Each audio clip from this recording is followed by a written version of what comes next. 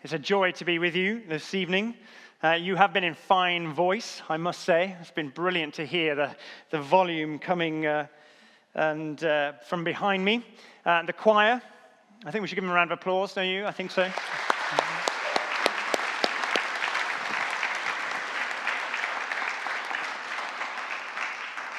And I also want to say thank you to all our readers. Charlie did an amazing job there with the most difficult vocabulary of all of the readings thrown on you in the last minute. So well done, and thank you for doing that. And also I just want to say thank you to all the team behind the scenes that have made the church look so amazing tonight. Quite a lot of work's gone into that, and I'm sure you all appreciate that. I certainly do. And please, can I just add to Jason's encouragement, don't rush off. There are a lot of mince pies downstairs, and I promise you I won't go on too long.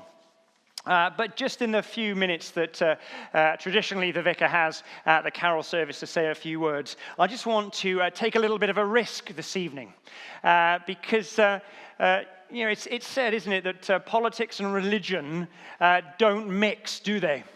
At least that's what my dad always said. And around our dinner table, we talk about politics a lot, but we would never talk about religion, which got a little bit awkward at Christmas time when both myself and my brother both got ordained in the Church of England. But tonight I'm going to break that rule and take that risk, because I'm going to talk about politics and religion. For a few reasons. The first is that you can't really avoid talking about politics at the moment, can you? And I feel it would be remiss of me to do so.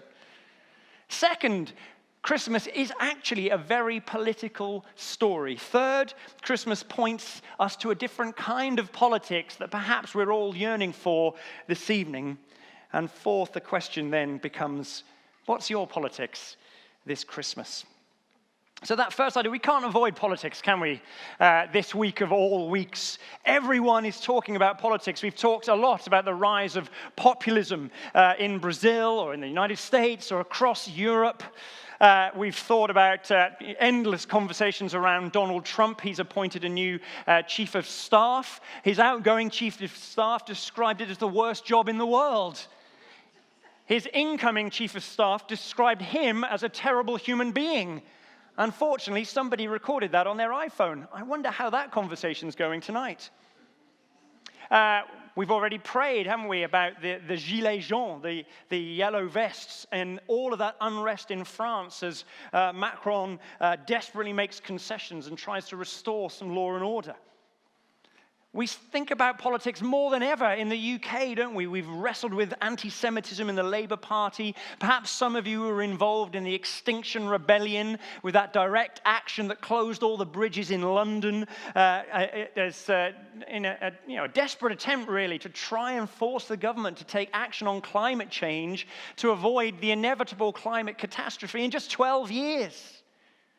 We've got a government in crisis, really, at the moment, haven't we? The vote of no confidence just this week on that the Prime Minister scraped through, the decision to delay the Brexit deal vote until January next year. There's a sense, isn't there, that politics is failing across the world, and we're seeing strong men stepping into the vacuum that's being left. And I don't know about you, but for me, there's a temptation at Christmas just to kind of bury your head in the sand and kind of sing la la la and hope it'll all go away.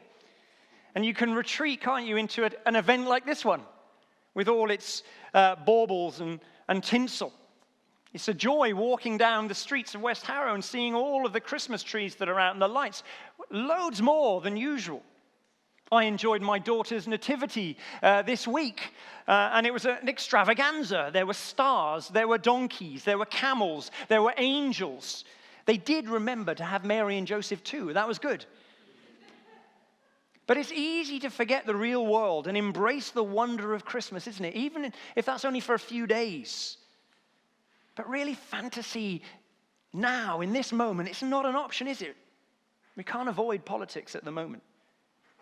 And actually, it's good timing, because Christmas actually is a political story. It's shot through with politics. You would have heard it in all our readings. In our first reading, the prophet Isaiah speaking hundreds of years before Jesus in the face of tyrannical superpowers and national humiliation, is looking forward to the coming of a new king who will renew the nation, the people of God, and bring them freedom and peace. In the next two readings, we see Matthew sets his story in this local political context where Herod the Great, a truly violent despot who eliminated rivals at will, courtiers, family members, they all met their end at his hand. And suddenly he's confronted with a new rival as the wise men come in search of the king that's been born. And he is, says Matthew, disturbed. And he was a man you did not want to disturb. And he's outwitted by the wise men, isn't he, in that story? And so what does he do? He takes drastic action and brutally slaughters all the children in the village of Bethlehem under 2. That was about 30 to 40 children. It's easy to forget that slaughter of the innocents is part of the Christmas story, isn't it? And Jesus just manages to escape that genocide and lives life as a refugee on the run. There is violence and murder in this political story of Christmas. But that's not all. In our final reading that Chiffon read for us, Luke sets his story in the global political context. Gaius Octavian, the adopted heir of Julius Caesar, the one who calls himself the Son of God, the Imperator, Caesar Augustus, the majestic king himself, the Emperor of Rome. As Rome is once a republic, now an empire. And in his first act, he asked for a census of the empire, this great power grab, so he knows who is who. He knows who owes him money. And that's why Mary and Joseph were traveling to Bethlehem. Herod, Caesar Augustus, both political strongmen, mixing religion and politics, using faith and religious language to legitimize their power, wielding violence without hesitation, bolstering their positions, promising much, of course, blaming others, creating that sense of them and us, letting them know that they are on our side. It's the same appeal we see today, isn't it? See, Christmas is a political story. But Christmas points to a different kind of politics altogether. You see, politicians and states can't bear the kind of weight we often give them.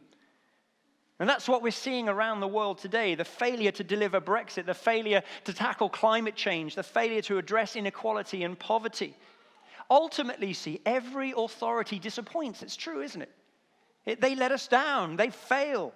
And that is what we see today. And the question for us is this: what are we to do then?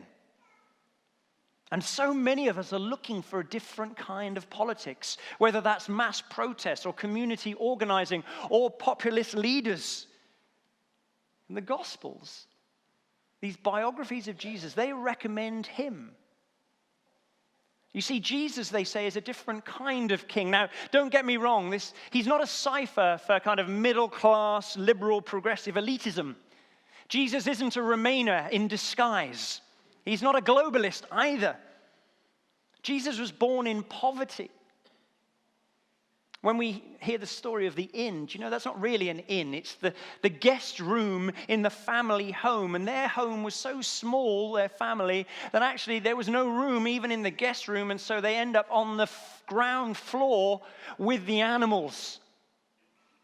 They're surrounded by shepherds. Luke wants us to get the idea that these guys had low social status, yet the angels revealed themselves to them.